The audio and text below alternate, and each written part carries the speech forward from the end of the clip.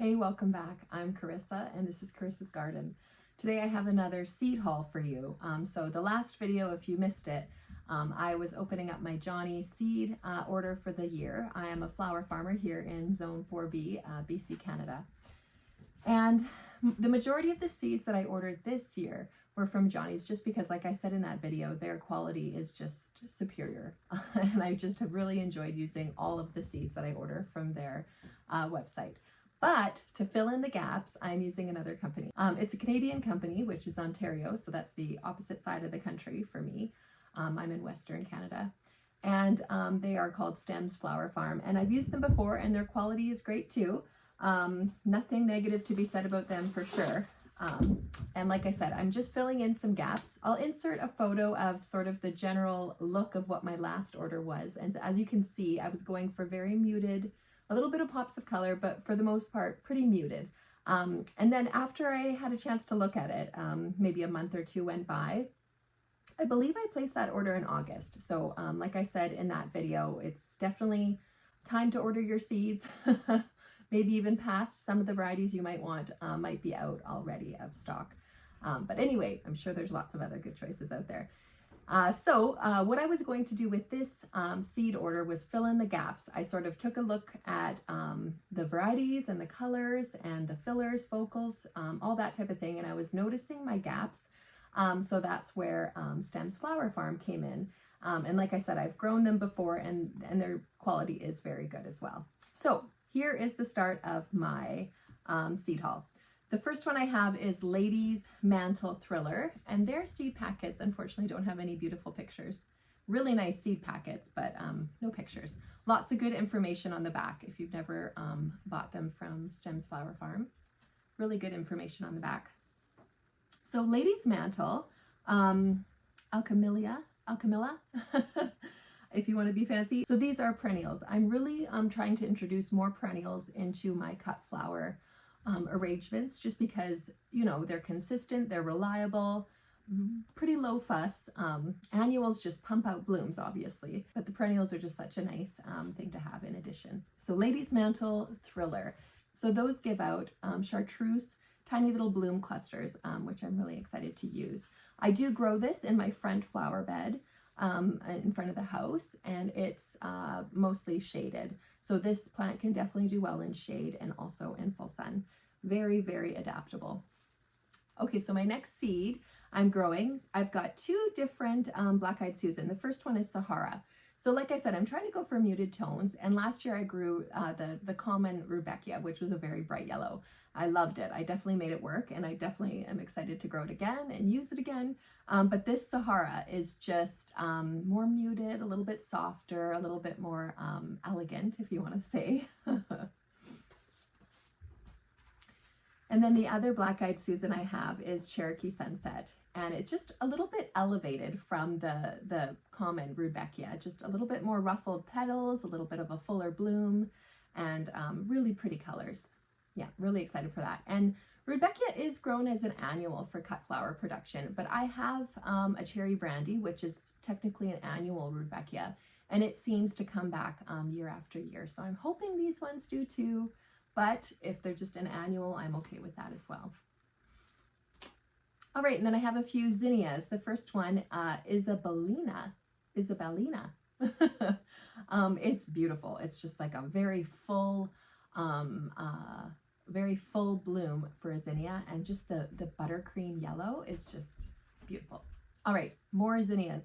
This one is a mix. It's Cresto Peaches and Creams, and if you see the picture, which I will insert, they are just so beautiful looking, and I just think I could make a bouquet of just those, and I would be so thrilled to just have that on my kitchen table. And this seed packet had quite a lot of seeds in it, actually, because the price point for Stems Flower Farm is definitely a little bit more affordable than Johnny's, because obviously I'm a Canadian. Stems Flower Farm is a Canadian company, so the Canadian dollar definitely goes far. So yeah, it was a larger seed pack. I think it was maybe 50 or 100. For this one, and I love surprises. Mixes are not always my favorite, because often you're stuck with the bright reds and the bright yellows, and it's hard to work with those ones. But this one, they all look muted and they all look beautiful. One more Zenia Baner Lime. So this zinnia is a Baneri, and Baneris are typically larger blooms and very full, which is beautiful.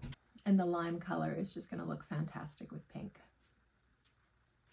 All right, another new one to me, actually, this is Verbina Baneriensis, which is a tender perennial. I think it does self-seed itself in the garden, which I'm excited about. This is just such a beautiful flower. I'm not sure if the first time I saw it, it was in a bouquet or in a border, but it just caught my eye and I just thought, I have to grow that. It's just stunning and there's nothing else like it. So I'm really looking forward to having this as an addition in my probably flower bed. I think I'm going to put it in my flower bed where it can sort of self-seed and just establish a spot for itself in my yard. But I plan to use it for cutting as well. Now I have a couple sunflowers. So I typically save the seeds from my branching sunflowers, and the thing with branching sunflowers is you have to plant them very close together so that you get this smaller stem. It's not this massive stalk that it's hard to use in a bouquet. So plant them close together and then prune the top leader just so that it sort of stimulates smaller blooms, which are easier to work with. I find it's easier and more manageable to work with smaller sunflowers. I know some people can put together beautiful bouquets with large sunflowers. It's just a little overwhelming for me at this point. So I like to, use my branching sunflowers that I collect seeds from. But I do also love the Procut series. So I've got Procut Red and then also Procut White Light, which is just, they're both fascinating. Like they're one color, right? There's no brown center. The Procut Red is just red in the inside, and then the petals are red, and then the white is the same, white inside, white exterior. And there's just something so elegant about that look for me. So I like to have a variety of sunflowers, right? The branching ones are a little bit more natural, a little bit more country chic, and then the Procut series are obviously a little bit more elegant. Two different types of stock. So stock is a plant that I have grown before, but in my first year eagerness, I didn't treat them as the cool flower that they are. So I planted them out in May. Once they were established, it was too late for them and it was too warm, so I didn't get any blooms, which was unfortunate. But do you know what? I learned my lesson. So now I will be starting these very early and planting them out well before my first frost in order to get blooms early in the season. So I'm excited about that. You know, gardening is about learning and I'm totally okay with that, but I just want to learn it once. So I will be following the instructions this time. All right, so I've got stock, iron rose pink, iron cherry, iron apricot, and those are all very muted colors. I thought perfect for springtime. So another thing I said in my last seed haul video was I'm just trying to be more intentional about what colors I'm choosing, especially for the season. So stock, if it's blooming early, obviously pastels would be beautiful in the springtime. So definitely being thoughtful about those types of things. All right, and then I've got a status. Love status, will always grow status, but this color is new to me. It's Apricot Beauty, and I'm just so excited. If you can't tell already, especially from that Cremo Presto Zinnia mix, I love pastels and I love peachy pinks, soft muted tones, like just beautiful. So anyway, Apricot Beauty. Not a flower, but I do use them for flowers. I'll insert a little video of the pumpkins, the mini pumpkins with the dried flowers I did for Thanksgiving this year. And I just love it. The first year I grew baby boo pumpkins and they were so cute, so tiny. And I did the same thing. I just put some dried flowers on top with some moss and it was just a really cute little addition to your Thanksgiving table. This year I wanted to elevate it a little bit because I saw these two varieties. All right, so the first one I have is Musc de Provence Fairy Tale. And it's just sort of this dusty look to it. Like it's just a little bit more muted, not bright orange in your face, a little bit more soft. That one's very cute. And then I've got Jarelle, which is a robin's egg blue type look. And it's just so, so, so cute.